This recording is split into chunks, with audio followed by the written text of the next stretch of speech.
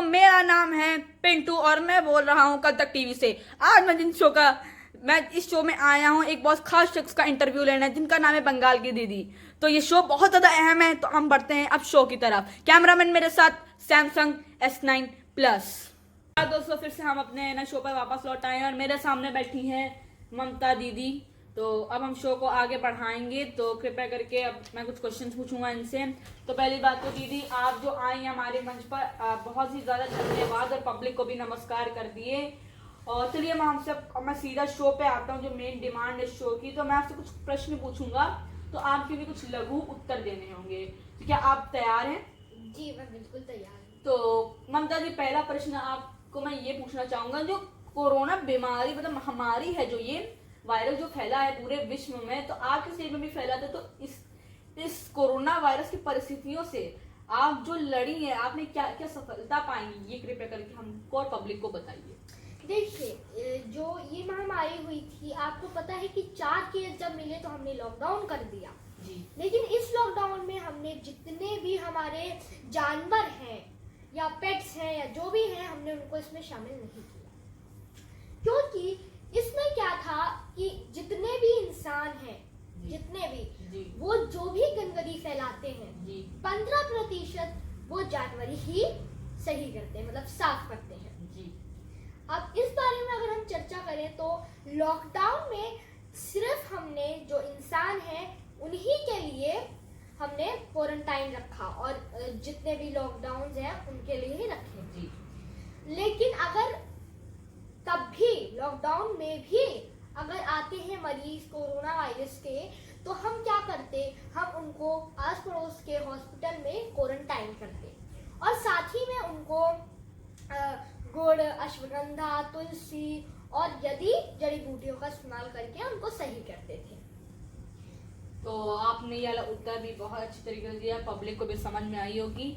तो अब मैं दूसरा प्रश्न आपसे पूछने जा रहा हूँ। ये प्रश्न है, अगर आपकी सरकार जीत जाती है अगले इलेक्शन में, तो आपका क्या उसमें विचार है? कृपया करके 4 शब्द विचार बताइए।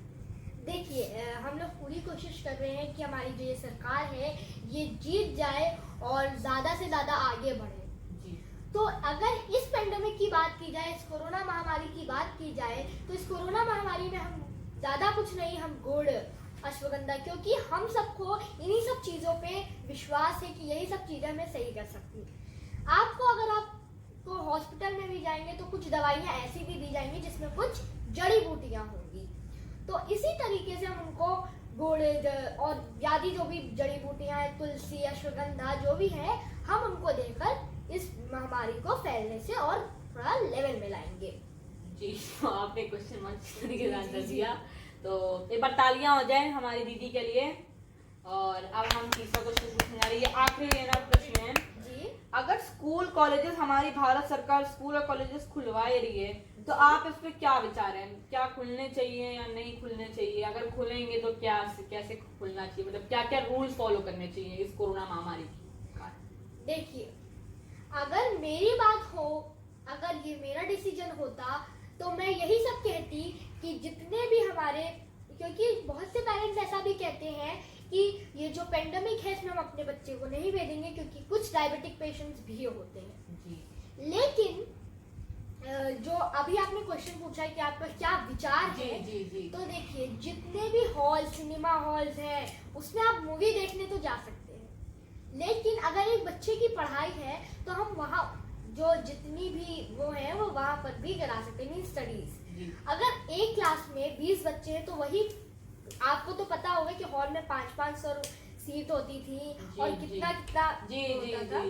तो अब जैसे 200 बच्चे हैं, ठीक है, पूरे मतलब स्कूल में ऐसे, और जैसे अब एक पर बच्चा नहीं, पर क्लास, जैसे एक पर क्लास में है 20 बच्चे, तो इन 20 बच्चों को हम उस हॉल में बिठाकर प्रति 1 घंटा सिर्फ पढ़ाएंगे और जितने भी खाने पीने की चीजें हैं ये सब भी हम सुविधाएं रखेंगे ताकि ये सब भी चीजें भी अच्छी हो।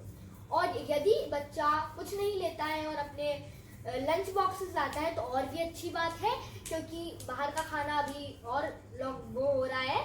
तो चलिए फिर आगे बढ़ते तो अब इन्होंने 3 प्रश्नों के आंसर्स दे दिए हैं। तो अब मैं राजू और आपसे विदा लेता हूं और मिलूंगा अगले शो पर। तब तक कि आप देखते रहिए कल तक टीवी। धन्यवाद।